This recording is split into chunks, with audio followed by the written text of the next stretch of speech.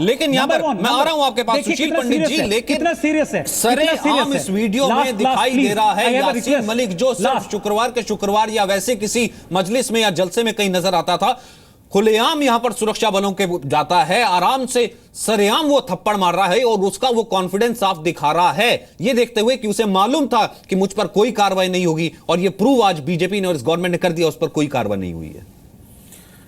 सच में बहुत शर्मनाक है। ये यासीन मलिक कौन है, मैं आपको थोड़ा सा परिचय दे दूं। ये स्कूल ड्रॉप आउट है जो छोटे मोटे अपराधों में उठाई गिरे और उचक्के जैसे लोगों की तरह गली का गुंडा था। 1990 में इसके हाथ बंदूक आ गई और इसने निहत्थे निरपराध वृद्धों को, महिलाओं को, जो किसी युद्ध में किसी संग्राम में शामिल नहीं थे, जिनका कोई कसूर नहीं था, उनको निर्ममता से मारा है। और इस घिनौनी क्रूरता के कारण वो कश्मीर घाटी में हीरो बन गया, किसी तरह का फ्रीडम फाइटर अपने आप को कहलाता है।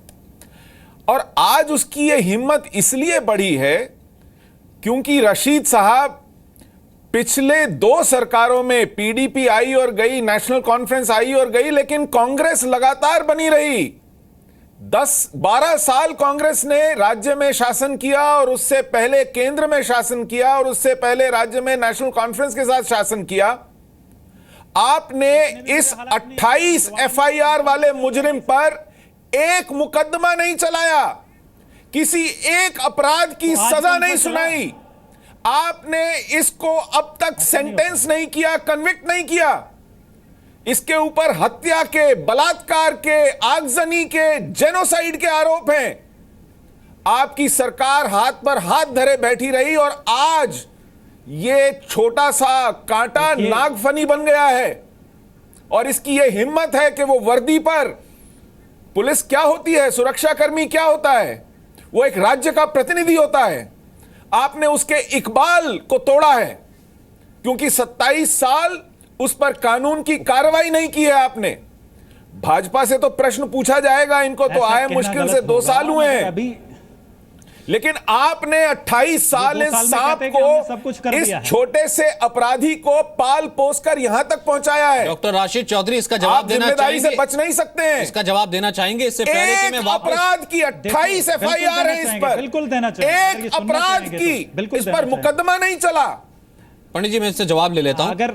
अगर सुनना चाहेंगे आज एक अपराध में जरूर डॉक्टर राशिद चौधरी आपको शर्म आई, हैरानी हुई, उन 27 के बारे में, यानी कि सीवी दुरुस्त करना पड़ेगा आपको भी, तो क्या यह भी एक शय न माना जाए? ये मेरे भाई को अपने स्टैटिस्टिक्स पे वर्क करना चाहिए, दुरुस्त करना चाहिए।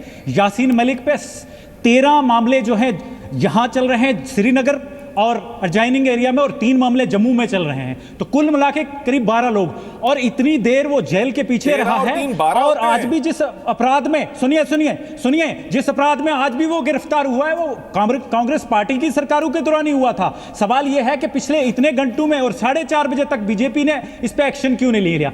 तो ये बीजेपी समझती है कि कुछ दिनों में ही जो अच्छा किया है वो हमने किया है, और जो खराब किया है वो कांग्रेस ने किया है। ये गलत है। 2016 है, उसकी इतनी जुर्रत नहीं हुई कि वर्दी पे कभी हाथ डाला हो। आज उसका मनोबल इसलिए पड़ा है क्योंकि ये जो हमारे बीजेपी के साथी हैं और पीडीपी का लाइंस है, ये वही लाइंस है जिसको मोदी जी ने कहा था, बाप बेटी की सरकार और बाप बेटे की सरकार ने जम्मू कश्मीर को लूटा है। तो बता दूं, आप कह रहे हैं इन्होंने कभी वर्दी पे हाथ नहीं डाला। इन्होंने 4 निहत्थे एयरफोर्स ऑफिसर्स को मारा है सरेआम। सुबह 8 बजे वो अपनी बस का इंतजार कर रहे थे श्रीनगर में, उनमें एक स्क्वाड्रन लीडर था और 3 एयरमैन थे। आप कह रहे हैं वर्दी पर हाथ नहीं डाला, आपने आज तक इस पर मुकदमा चला के सजा तय नहीं की है। यासीन मलिक, देखिए, कोर्ट जो मसले कोर्ट में हूं, सब जुडियस हूं, मुझे लगता है कोर्ट को मेरे और आपके और यासीन मलिक को सबके ऊपर है, और उन्हीं तक रहना चाहिए। हमारा काम कन्विक्शन तक पहुंचाना था, एफआईआर लगाना था, कन्विक्शन करवाना था, और ये आप अपने स्टैटिस्टिक्स दुरुस्त कीजिए। काम होता है सबूत जुटाना और मुकदमा चलाना। मैं जो आप अगर सबूत ना जुटाएं, आप अगर साक्ष्य ना लाएं, तो ही आप अगर मुकदमा ना चलाएं, तो कोर्ट क्या करेगा? सलाहू के बच्चे, आपको मालूम है कोर्ट ने बिट्टा कराटे को बेल देते हुए क्या कहा था? बिट्टा कराटे को बेल देते हुए कोर्ट ने कहा था कि मैं जानता हूं इस शख्स ने अपराध किया है, लेकिन सरकार साक्ष्य जुटाने में, मुकदमा चलाने में नाकाम रही है। यह आपकी सरकारों की नाकामी है। नालायकी है। आपने 28 साल इस आदमी पर कोई मुकदमा नहीं चलाया, अब आप कोर्ट्स को दोष देते हैं। अभी जो सरकार की नाकामी और नालायकी है आपके सामने वो तो आ रही है। बिल्कुल आ रही है। कहते हैं कि लगभग मैं कह रहा हूं ये पिछले 2 साल की बात नहीं है, के आसपास यासीन मलिक पे चल रहे हैं, 26-27 वो नजर में नहीं आ रहे। है। हम कहते हैं कि यासीन मलिक इसमें लेकर के आते हैं 8.5 साल का अरसा जेल के पीछे गुजारा है। ठीक है आपको डॉक्टर वो राशिद नजर नहीं आ चौधरी, रहा ठीक है, तो ऐसा ठीक है। नहीं होता। आप यहाँ गिनाते रहिए कि उस वक्त ज्यादा अपराध हुए थे या इस वक्त ज्यादा अपराध हुए, और तभी तो रविंद्र रैना, तभी तो आप राष्ट्रवादी होने का दम भरते हैं कि सरकार में आप हैं। इसी कारण से तो आपने कहा कि किसी अलगाववादी को मौका नहीं दिया जाएगा। अगर ऐसा ही था तो आज कार्रवाई करते, वरना वो पिछली सरकारों की तरह आप भी फिर लीपापोती कर रहे हैं ना। तभी सरेआम खुलेआम आकर के किस कॉन्फिडेंस के साथ यासीन मलिक सुरक्षा कर्मियों पर हाथ उठा रहा है, और अब की सरकार भी कोई कार्रवाई नहीं कर रही है। सचिन जी, मेरे को थोड़ा सा समय दीजिए। जम्मू कश्मीर के अंदर जब से भारतीय जनता पार्टी की सरकार गठबंधन में है और जब से दिल्ली के अंदर हमारे माननीय प्रधानमंत्री नरेंद्र मोदी जी ने सत्ता संभाली है, आप जम्मू कश्मीर का रिकॉर्ड देख लीजिए। आप पिछले 1 महीने का रिकॉर्ड देख लीजिए कि उत्तरी कश्मीर हो या दक्षिणी कश्मीर हो, रैना साहब रहने दीजिए। कितने ऑपरेशन किए हैं और कितने इस वक्त इनकाउंटर चल रहा है हिंदवाड़ा में, आपको पता होना चाहिए रैना साहब। सेना के जाने जा रहे हैं जब मैं और आप यहाँ सर, आप यहाँ उपलब्धियां गिनवा रहे हैं। यहाँ पर सरेआम यासीन मलिक जिसके ऊपर ये आतंकवादी आपराधिक मामले चल रहे हैं, सेपरेटिस्ट है, वो देश को अपना नहीं मानता, इस तरह की आवाजें उठती हैं, आप उस पर कार्रवाई नहीं करते, आपके सुरक्षा बलों को निशाना बना रहे हैं, आप अपनी उपलब्धियां गिनवा रहे हैं। साहब कहने वाले लोग आज हमको राष्ट्रवाद का पाठ पढ़ाएंगे, ये कांग्रेस के लोग जो ओसामा नहीं, राष्ट्रवाद आप सिखाते हैं। लेकिन रैना साहब, आप संदेश भी क्या दे रहे हैं? आप मुझे बताइए ना, संदेश भी क्या दे रहे हैं? वो आदमी अपने सीने पर गोली क्यों खाएगा? किसी आतंकवादी को हम खुली स्पेस कश्मीर हो या भारत देश का कोई कोना हो, किसी रैना साहब, ये बातें आपके मैनिफेस्टो में लिखी हुई हैं, लेकिन कार्रवाई क्या हुई? भाषण मत दीजिए रैना साहब, ये बातें आपके मैनिफेस्टो में हैं। एक बार वापस come on to the point, एक बार वापस आइए, एक बार थोड़ा सा वापस आइए। ये बातें आपके मैनिफेस्टो में है, लेकिन कार्रवाई क्या हुई? जिसका वायदा आपने किया था कि किसी की हिम्मत नहीं होगी इस तरह से कोई कुछ करे। जो आप लोगों ने कहा कि कांग्रेस के हुकूमतों के दौरान यासीन मलिक पर कभी कार्रवाई नहीं हुई। सुशील पंडित जी ने ठीक कहा, 28 केस है इस पर, यह मैटर नहीं करता 12 हैं या 28 हैं, लेकिन आज इस यासीन मलिक को पकड़ के जेल की काली कोठरी 8.5 साल यासीन मलिक जेल के पीछे ही रहा टोटल में, आप देख लीजिए। और रैना साहब, आपने क्या कर लिया? डिटेंशन में रखा है, आपने उसको किस जुर्म की सजा दी है आज तक? कोई बड़े से बड़ा हो, प्रिवेंटिव डिटेंशन में रखना एक बात होती है, अपराध सिद्ध करके सजा देना दूसरी बात होती है। सजा देने वाला हमने मुकम्मल केस चलाए हैं तो ही उसको रख पाए हैं, और कोर्ट ऑफ लॉ रहने दीजिए। आप एक ढंग का मुकदमा उस पर नहीं चला सके, शर्म आनी चाहिए। देखिए, आप उस पर एक ढंग का मुकदमा नहीं चला सके, आपको शर्म आनी चाहिए। पिछले 4 दिनों में 4 दिन छोड़िए, 26 साल में आपने एक ढंग का मुकदमा नहीं चलाया उस पर। आप कोर्ट्स को दोष देते हैं, आप न्यायालयों को दोष देते हैं। सुशील पंडित साहब, रशीद साहब, सच बोलिए। शहीदों की मेहनत थी, शहीदों की जो मेहनत थी, जो नॉर्मलसी रिस्टोर हो रही थी, उसको इस बीजेपी सरकार ने।